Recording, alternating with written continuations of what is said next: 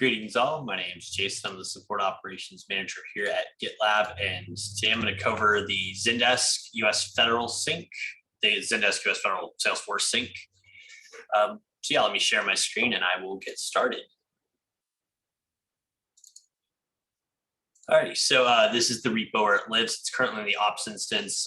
There's some work we're doing to kind of get this mirrored over to the main instance, at least just as a display method. But yeah, I figured I'd kind of just get started. We've got the README file, which kind of goes over, some of the required gems and the file tree and the SLQL that's used, but we'll go over that as we go through the actual scripting. The main way that this works is through GitLab CI/CD schedules. For the US Federal instance, we've got 4 stages, which is to gather data, compare the data, sync the orgs, and sync the users. Our before script, we have it echo out the or print out the Ruby version. That's just for debugging purposes in case we have to look at issues when it fails. We haven't installed the bundler gem and then run bundle. That's going to use the gem file in the repo to actually install our required gems. Our gather stage actually consists of 4 different jobs, which is the pre-sync ZD org report, pre-sync SF org report, pre-sync ZD user report, and the pre-sync SF user report. I'm not very original on naming. But basically, this is just running a script to gather like the Zendesk organization, Salesforce accounts. Sorry about that. Get my microphone back up here. Cool. Yeah, but pre-sync SF org report, which gathers the Salesforce accounts, the pre-sync ZD user report, which gathers the Zendesk users, and then the pre-sync SF user report, which gathers the Salesforce contacts. These will generate various artifact files. The org report makes a Zendesk orgs.json. The users makes a Zendesk users.json. The Salesforce ones will make a Salesforce accounts and Salesforce users, or contacts, sorry. And it'll also print out a JSON file with all the problems it found during sync, which we'll cover when we go over the actual scripting.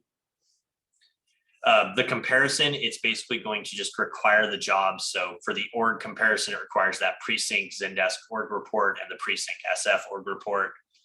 It'll run the compare script and then create an org creates and an org updates. Sorry about that again. I'm just gonna put that there. All right. Apparently I'm just having all kinds of issues with my microphone today. I apologize for that. All right, real quick, Brad or James, can you all still hear me all right? Yes, sir. All right, cool. Sorry about that. Microphone wants to fall off my shirt today. And then, we've got the pre-sync user comparison, which is just going to run a compare of users. It will require that pre-sync Zendesk user report and pre-sync Salesforce user report. And that'll also create a user creates and a user updates JSON file artifacts, which we will use in the scripting. And then syncing is just going to require those comparisons ran, and then it's going to sync the organizations and sync the users. The one big caveat here is the sync users requires that organizations have been synced first. That way, if an org was being created, it gets created first, because otherwise it's going to fail when it tries to add a user to an org that doesn't exist. These all run via schedules. I believe they run every 30 minutes currently. And yeah, so I'll go over one of these script files. And the reason for that is they all use the same kind of format here. So like the gather Salesforce accounts. All it's doing is requiring the ZD-SFDC sync US Federal script, and then it's running Zendesk Salesforce sync US Federal Salesforce gather accounts run. They all follow kind of the same format. So for like Zendesk organizations, it'll be, Zendesk Salesforce sync US Federal, Zendesk gather orgs run. Compare is going to be, Zendesk Salesforce sync US Federal compare organizations run. They all kind of match the same kind of format. So let me go over the gem file real quick. It's a very small gem file because we only really need these 3 different gem libraries: JSON, OJ, and RESTforce. JSON, obviously a gem for handling JSON requests, helps convert JSON strings to Ruby objects, and then vice versa, Ruby objects to JSON strings. OJ is a nice gem that I like to use. It makes handling HTTP headers and bodies and all that stuff easier. It parses them into Ruby objects so they're easy to work with. And then RESTforce is the official like Salesforce gem for interacting with their API. The reason I'm using 4.2.2 is I've tested that specific gem and that specific version works.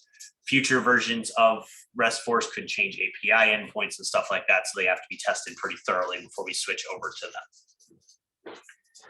them. Beyond that, going into the actual files themselves, the ZD-SFDC sync US Federal.rb file, it's basically just declaring the module Zendesk Salesforce sync US Federal, and then it's going to require bundler setup, and then it's going to have bundler require default.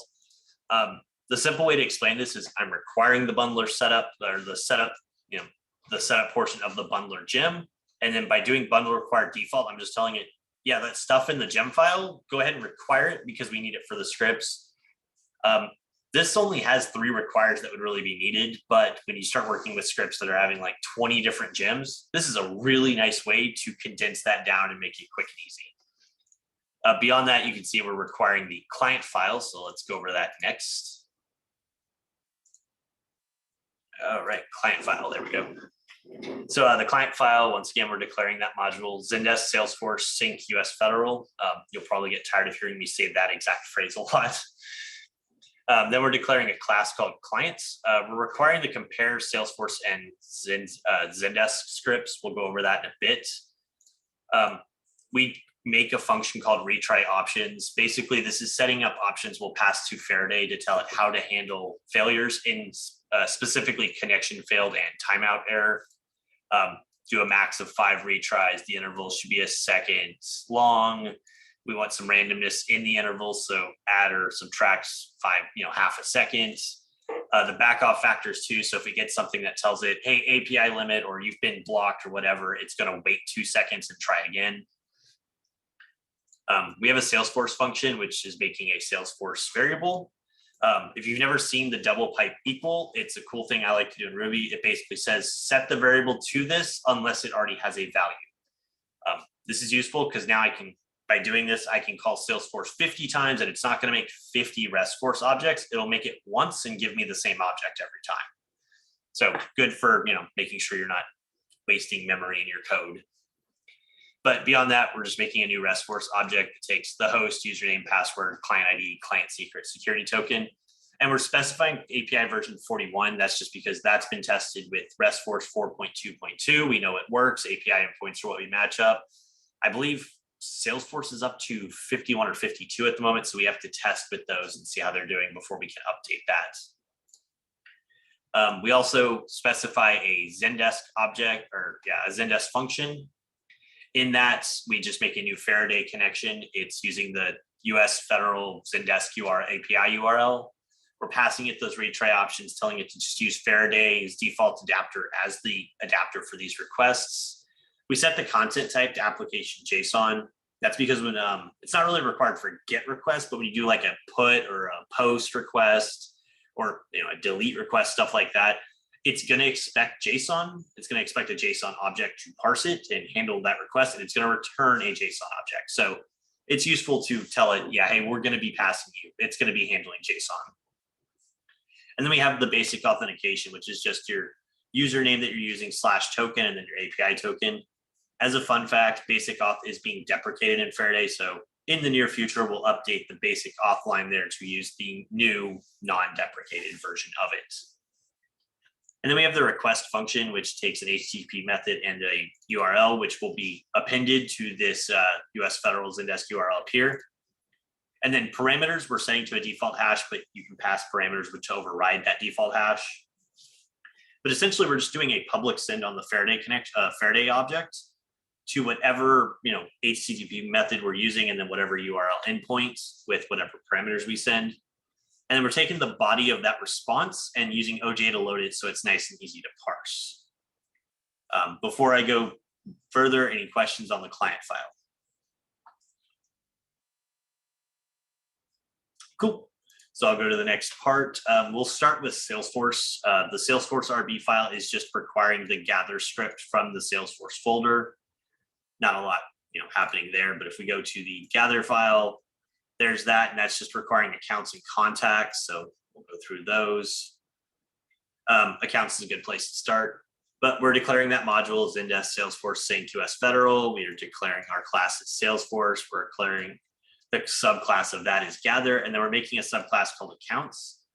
This less than client is basically telling it to inherit the functions from client into this file. It's so we don't have to redefine anything or have a complex call out that's like Zendesk Salesforce Sync US Federal : client dot Salesforce. This just allows us to call Salesforce and it knows what we're talking about. So the run function, which the script uses, it's going to do a gather, verify, report, and an artifacts function. Gather is going to print out that it's gathering data. It's going to run the data function, and then it'll tell us it's done. The data function, or data variable in this case, we're calling that RESTForce object, and we're running a query, which is our query string, and we're going to map these to account objects. I'll cover duplicates in a second. Right now, this is our query string that we're passing. This is our SQL query. If you're familiar with like MySQL, it looks very, very, very, very similar because it's pretty much the same thing. But here we're gathering the various information we need. So like the account ID, the name, the support level, the region, the Gainsight health score, etc. We're also gathering any customer subscriptions associated with each return and all the Zuora subscriptions. We're going to use those to parse and try to rule out false expired and stuff like that. We're gathering all this from the accounts table, which is to say it's an account object in Salesforce. And then we have our criteria here. This is the criteria for US federal accounts. They have to be a customer, former customer, prospect. Admittedly, that's a little redundant because that's pretty much every type of account that can exist in Salesforce. Beyond that, it's like a lead. But there's also partners, so that kind of helps. The account territory has to be in the format US pub fed blob. If you're not familiar, percentage sign in SQL and SOQL in this case. It's a blob, it's a wildcard. It just says basically what I'm saying here is starts with US pub fed, and then it can have anything after that. And then we have our support levels where it needs to be premium, ultimate, or expired, or it can be a basic with 2,000 or more seats. Obviously, as basic and starter being deprecated, that will eventually be gotten rid of. But each of the return we get from this query, we're going to pass into account object to give us this nice, pretty hash in a format that will be comparable to Zendesk later. But first, we're running check account, which is doing this right here, this giant thing right here. And to summarize what this is doing, we're essentially going over the subscriptions and the Zuora subscriptions, looking at the various plans that they have in them, the various names, and we're trying to take that and gather every type of plan they might have. So if the plan contains the word ultimate, it'll get this ultimate one ultimate string added to a plans array, which we're starting up here with expired. We're running a unique on it just to kind of eliminate duplicates, because we might end up seeing, oh, well, their support level was ultimate and they had a customer subscription for ultimate and a Zuora subscription for ultimate, which are all the same exact thing. So it's going to get 3 ultimates. This will just unique them to get rid of the spare ultimates, spare premiums, etc. If there are multiple plans here, we're going to delete expired. And the reason for that is if they have an ultimate plan, they're not expired. We don't have to default them to that. We can just default them to they're good, use whatever we had before. Here we're doing a sort and map. This is why each of these have a number so that they kind of have a value, a hierarchy of this. Obviously, ultimate's the top tier, and then premium, then starter, custom at the bottom there. If you're wondering why it's skipping numbers, this is copied over from the main instance, and that has way more plans they can have. This one in US Federal, we only have these basic plans here, so we don't have to worry about it as much. But what we're essentially doing, this P1 ... -1 is basically just stripping off that number at the beginning. So we're basically just getting all the subscriptions without these numbers to help us sort it. And then we're using unique once again. This is actually pretty redundant. You don't have to do that. It's there. I don't know why I didn't remove it, but it's there. It doesn't hurt anything.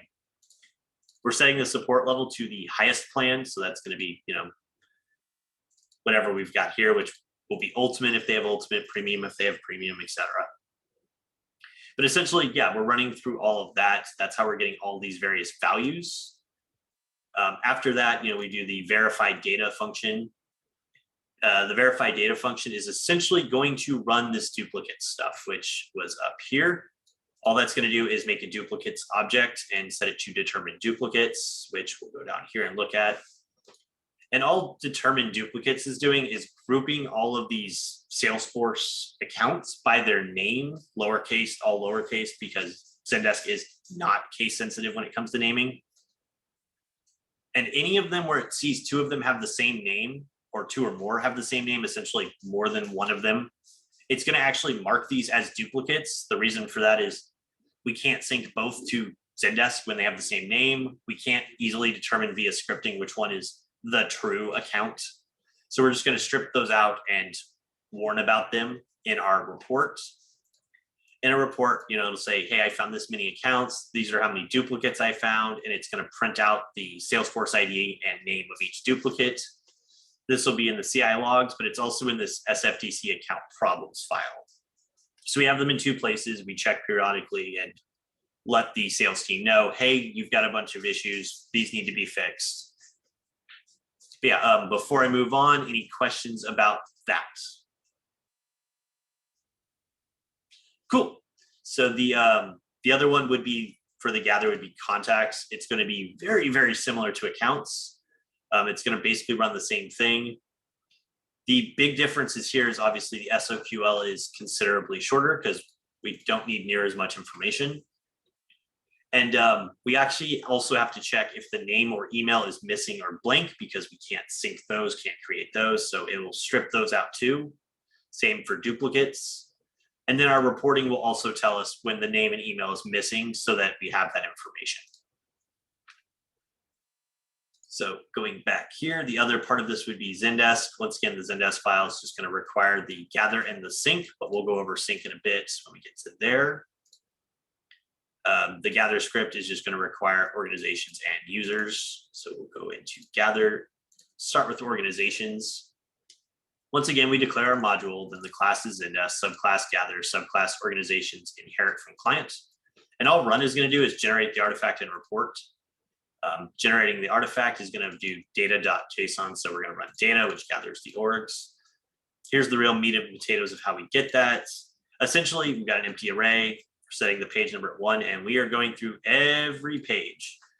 This is how you list out orgs in Zendesk. It'll list out only 100 per page, so we have to paginate. So obviously, the more organizations, the longer this takes. For every organization we find, we're mapping it to an org object. If there's not a next page, we end and we return orgs.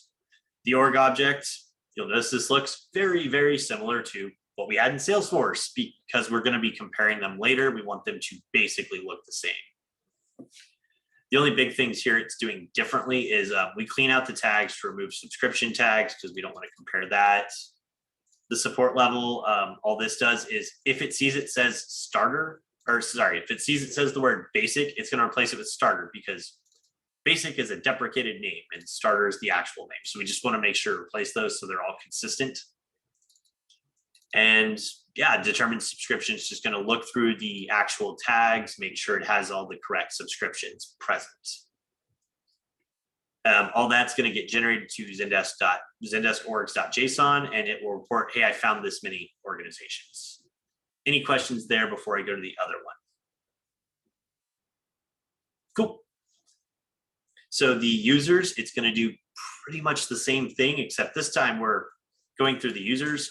We're telling it to include organizations. It's a nice little side loading trick in Zendesk. That way I don't have to query every organization for every user I find. Instead, it'll just side load them for me. Saves on API requests. We only want end users because I don't need to sync agents. And yeah, we're going to paginate through that, put them into a users array and return that. Each one will put into a user object, which is just going to be this fancy name, email, ID, org, Salesforce ID. For the orgs, we're just going to go through all the organizations in our returns, detect the right one, and then add their organization ID because that's what the API actually wants is organization ID. And from there, it'll report how many users it found and create Zendesk users.json. So not too different from what we were doing before with the organizations. So beyond that, we've got our compare script. This is just going to require the organizations and user scripts from compare. So we'll go in there. For organizations, we declare our module, declare a class, declare our subclass. Run is going to do a compare, generate, and report.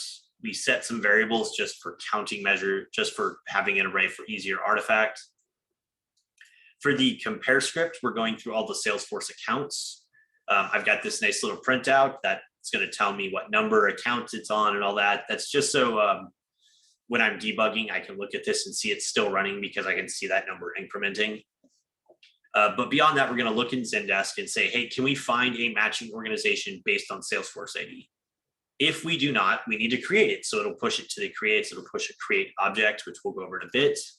Otherwise, it's going to run determine update. And then when it's done, it'll print out done. For determine update, we're going to make a comparable object, which is to say we're deleting ID and tags. There's not a Zendesk ID in Salesforce, so we got to get rid of that. There's not tags in Salesforce, so we got to get rid of those.